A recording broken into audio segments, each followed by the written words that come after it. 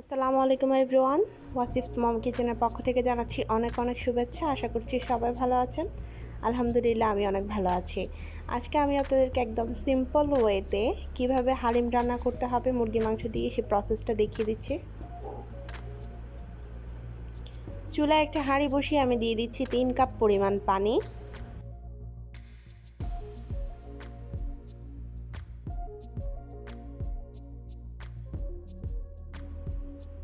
চুলার হিটটা এই পর্যায়ে বাড়িয়ে দিচ্ছি এবং বলক তুলে নিচ্ছি পানি।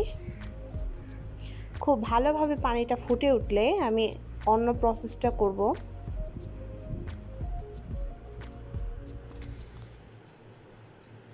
এখানে আমি এই হালিমটা ইউজ করছি।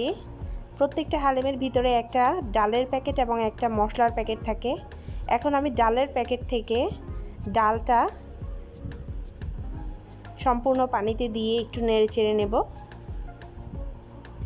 তারপর চুলাটা বন্ধ করে হাঁড়িটা একপাশে রেখে দেব।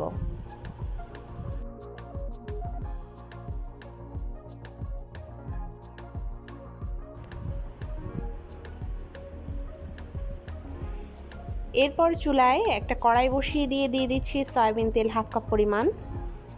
তেলটা গরম হয়ে এলে এখানে দিয়ে দিচ্ছি 1 কাপ পরিমাণ পেঁয়াজ কুচি। পেঁয়াজটাকে নেড়ে চেড়ে একদম লালচে কালার করে অর্থাৎ বেরেস্তার মতো করে ভেজে নেব।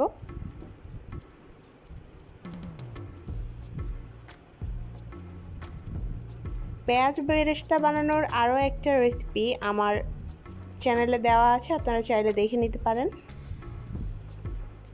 খুব ভালোভাবে নেড়ে চেড়ে বেরেস্তাটা তৈরি করছি।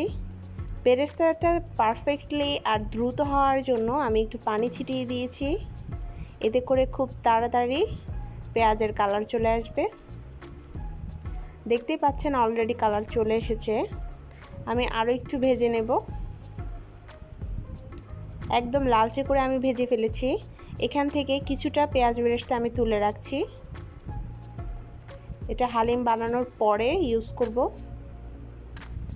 আর যে বেরেস্তাটা আছে সেটার মধ্যে এখানে আমি 200 গ্রাম পরিমাণ মুরগির মাংস সহ দিয়ে দিচ্ছি। মাংসটা আমি খুব ভালোভাবে ধুয়ে পরিষ্কার করে নিয়েছি এবং ছোট ছোট খণ্ডে ভাগ করে নিয়েছি।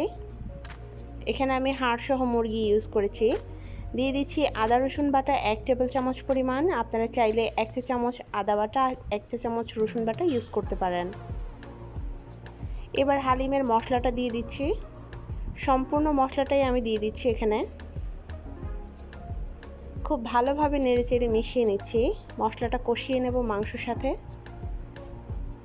মশলাটা যেন পুড়ে না যায় সেজন্য এখানে আমি 1/2 কাপ পরিমাণ পানি দিয়ে দিচ্ছি। আর একটু নেড়েচেড়ে আমি চুলায় ঢাকনা দিয়ে দেব।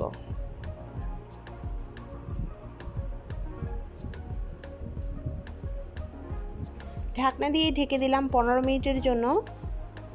লো আর মিডিয়ামের মাঝামাঝিতে রেখে আমি এটা কষিয়ে নিয়েছি। দেখতে পাচ্ছেন মাংসটা কষানো হয়ে গিয়েছে, তেল উপরে উঠে এসছে। এই পর্যায়ে আমি ডালটা দিয়ে দিচ্ছি।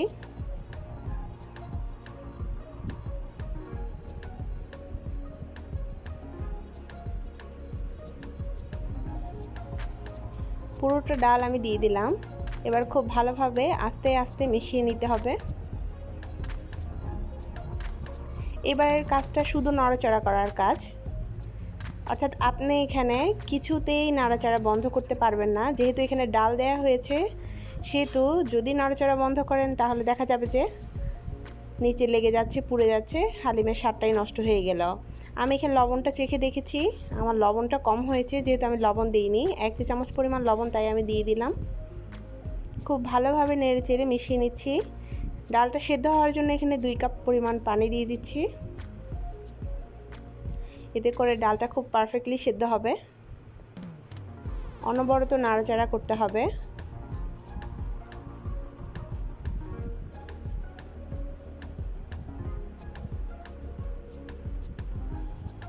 দেখতেই পাচ্ছেন আমার ডালটা কিন্তু একদম সেদ্ধ হয়ে এসছে, অনেকটা ঘন হয়ে এসছে। এইবার আমি চুলাটা বন্ধ করে একটা বাটিতে পরিবেশন করে নেব। তৈরি হয়ে গেল আমার মুরগির মাংস দিয়ে হালিম রান্না। আশা করছি আমার এই রেসিপিটি আপনাদের ভালো লেগেছে। সবাই ভালো থাকবেন, সুস্থ থাকবেন। আমারও আমার পরিবারের জন্য দোয়া করবেন। আল্লাহ হাফেজ।